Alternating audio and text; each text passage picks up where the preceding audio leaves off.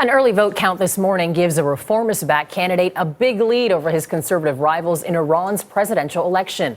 Voters turned out in large numbers to cast their ballots yesterday. To learn what the results could mean for America, we are joined by foreign affairs analyst and award-winning journalist Robin Wright. She joins us from our Washington bureau. Good morning to you, Robin. Good morning. So we just were talking about there is now a front runner. There were 8 candidates. Someone had to get 50%. And we're hearing this name Rouhani. Tell us a little bit about this front runner.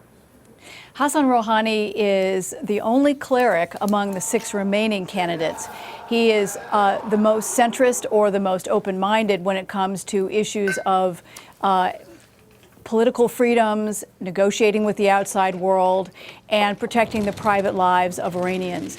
And it's been very interesting to see that he has done so well in this election in the first round. With so many candidates, they often end up in a second round a week later. And it looks like he may even get more than half the votes, which would make it decisive. Right. So if he wins in the first round, Robin, I mean, what do you think that's saying about the Iranian electorate at this point? Well, Iranians often surprise us at elections. In 1997, they elected a dark horse head of the National Library who turned out to be Iran's first reformer.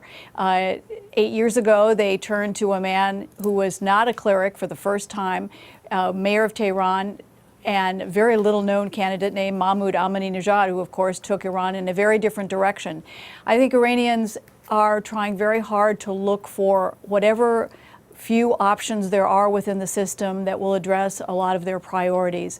There is, as we saw 4 years ago after the disputed 2009 election, there's a real interest in ending the pariah status, figuring out a way for Iran to be a player in the international community and to deal again with the outside world. And I think that we see this reflected in this election so far. Robin, you mentioned the 2009 elections, and I think it's interesting because in that election, you have to wonder if there was sort of a carryover. In other words, do Iranians feel like this is still a legitimate process after watching 2009 play out? That's a great question because in many ways, the election itself, the process itself is really what Iranians voted on. There was a lot of talk about boycotting the process because of what happened 4 years ago when millions of people turned out on the streets to demand where was their vote, what happened, allegations of massive fraud.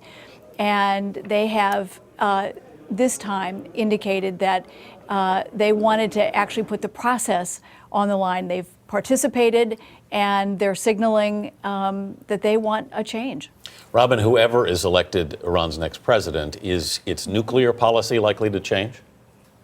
Another great question, because the supreme leader in Iran has the supreme powers.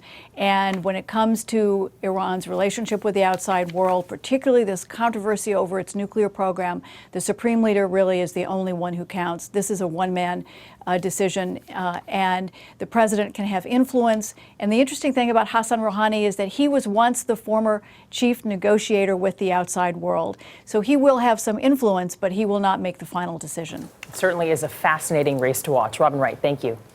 Thank you.